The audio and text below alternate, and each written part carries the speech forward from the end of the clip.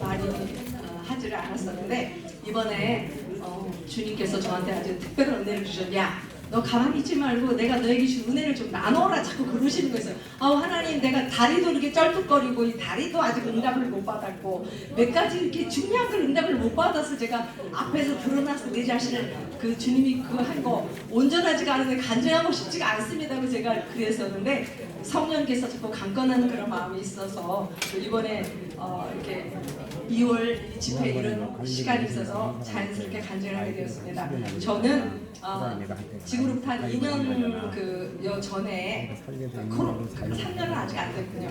그 코로나19에 걸려갖고 저희 어머니가 이제 암이 걸리셔서 서울대학병원에 이제 그 입원하시고 계시는 그런 상황이었었는데 그때 제가 안식년이었어요. 그래서 그 원래 이제 마지막 학기에 박사과정을 그거 마치면은 논문 마치면 이제 박사학위를 받는 총회국제시라는 국제 총회국제대학원을 다니고 있었는데 그 과목을 이제 그 안식년 기간에서 마저 마치려고 그랬는데 우리 어머니가 이제 정말 생각지도 않은데 건강하시고 늘 운동도 하고 그러시던 분이셨는데 소장암이라는 진단이 나왔어요. 그리고 앞으로 이제 그 3개월에서 6개월 정도라고 시한부 그를 말씀하시는 거예요. 그래서 너무 정말 황당하고 정말 난감한 그런 은혜였었는데 그래서 제가 그런 가운데서 하나님 어떻게 할까요? 이렇게 생각할 때 그래 이 공부도 너무 중요하지만은 어머니를 정말 마지막으로 이렇게 돌봐드려야겠다는 그런 생각이 들어서 그 안식년 1년 동안 어머니를 돌봐드리게 되어졌어요. 그런데 저희 어머니가 참 신기하게 그 3개월에서 6개월이라고 했던 분이 한 1년 반을 더 이렇게 사셨고 6개월 그 소장암 대학병원에서 표적항암 치료를 하시는 가운데 6개월 정도 되니까 이제 식사도 못 하시고 머리도 다 빠지고 그 항암이 보통 어려운 그런 시간들이 아니더라고요. 그래서 엄마께서 이제 내가 도저히 항암을 안 하겠다. 그래서 그랬더니 병원에서 그러면은 책임을 못 진다는 거예요. 근데 그럼에도 불구하고 어머니가 단호하셨고 또 저희도 기도할 때 그런 마음이 들었었는데 그래서 매일같이 우리 어머니랑 저랑 계속해서 매일 예배드리고 또 간병사분하고 계속해서 매일이 하루에 서너 차례 예배드리는 그런 시간을 갖게 하나님께서 하셨어요.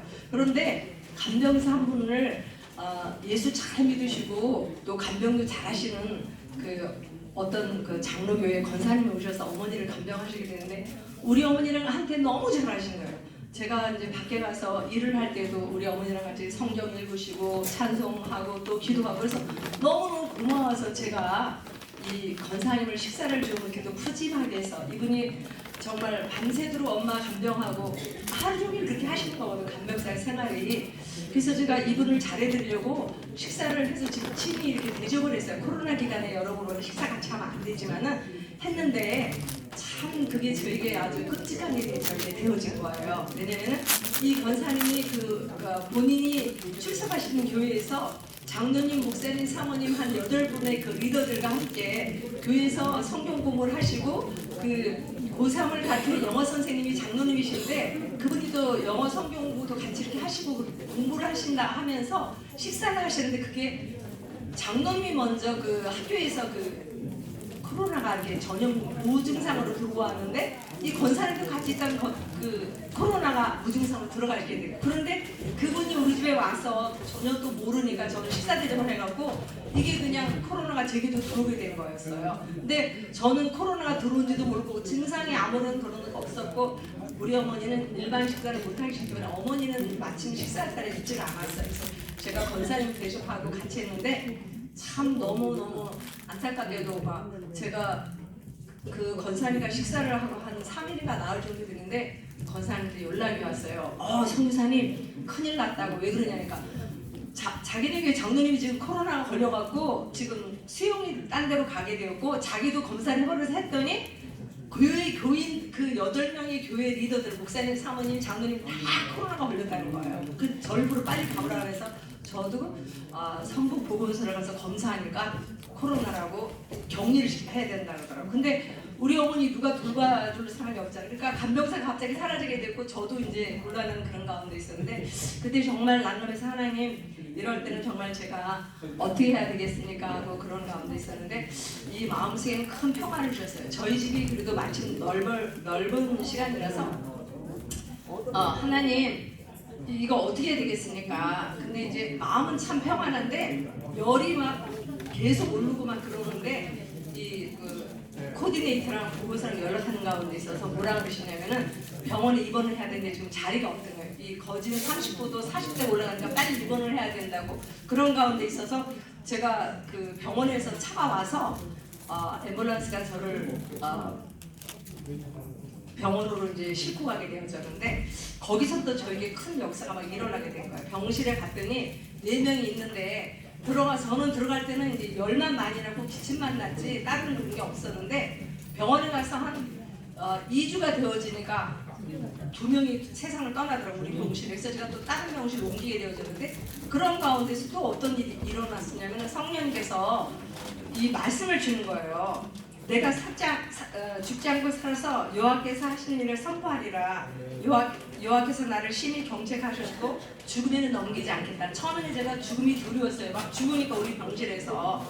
그리고 문 딱 잠궈지는 그런 가운데. 그런데 거기서 제가 병실에서 한 거는 아무것도 정말 할 수가 없고 이렇게 누워서 그 다음에는 2주 후에는 제가 인공호흡기를 꽂게 되어졌는데 평생 폐렴을 안 알아봤는데 폐렴이 와서 막 각혈을 막 하게 되어지는 거예요. 그리고 이 의사들이 보라매 병원의 그 의사들이 저를 막 엑스레이를 이틀에 한 번씩 하라면서 계속 찍는 거예요. 그리고 저한테 조금 마지막을 좀 그것도 생각해보라는 그 뉘앙스 있는 말도 주고 하여튼 그런 가운데서 제가 그 병실에 있는 그 3명의 사람들이 복음을 전해서 2명은 예수님 영접을 하고 또 옮긴 그 병실에서 또 복음을 전하고 그래서 어쨌든 간에 그 죽음이 인간했었지만 하나님 복음을 전파하게 하셨고 거기서 제가 이제 기침이 막 나니까 이거 누울 수도 없고 그러니까 밤새도록 24시간이나 이렇게 비스듬하게 침대에 있는 그런 가운데 있었는데 거기서 제가 살아난 기적이 뭐냐면요 성령님께서 내가 너와 함께 하니까 두려워하지 말라는 그런 말씀이셨어요. 그리고 이미 외웠던 그 말씀이 제 안에서 심히 역사하는데 이렇게 거짓 의식이 없어지는 가운데서 이게 완전히 조금 떨어지면 이제 천국으로 올라가는 그런 가운데 있었는데 아직까지 끝내야 될 시간입니다. 중요한 거는 뭐냐면은 하나님께서 그런 위험한 지경에서도 우리와 함께하고 계신데 누가 함께 하시냐? 말씀이 함께. 그런데 계속 이렇게 엎드리지도 못하고 이렇게 비슷하게 누워있는데 말씀이 내 귀에 막 들리는 거예요. 귀로 막 어디서 막 날아서 막 들리는 거예요. 그 로마서의 말씀도 막 들리는 거예요. 우리가 살아도 주루에 살고 죽어도 주루에 죽나니 그러므로 우리가 사나 죽으나 이게 그냥 한 번이 아니라 계속 막 들어오니까 잠을 잘 수가 없는 그게 바로 뭐냐면 무의식가 아니냐? 의식. 그래서 제가 소생이 되어졌고 그 일로 인해서 하나님이 많은 이렇게 병자들을 교수들을 이렇게 그 의사들 전도를 하게 해주셨어요. 그래서 마지막으로 이제 이렇게 짧으니까 말하기가 어려운데 소란스럽고 중요한 건 뭐냐면 하나님이 생명이 가장 어려운 가운데서 우리와 함께하고 계신 영광을 받으시고 그 생명을 전하게 하시고 살려주신다. 그래서 저는 지금 공으로 살고 있습니다. 감사합니다. 네, 감사합니다. 우리 최선희 선교사님. 네, 다음에는 꼭 시간 지켜주세요.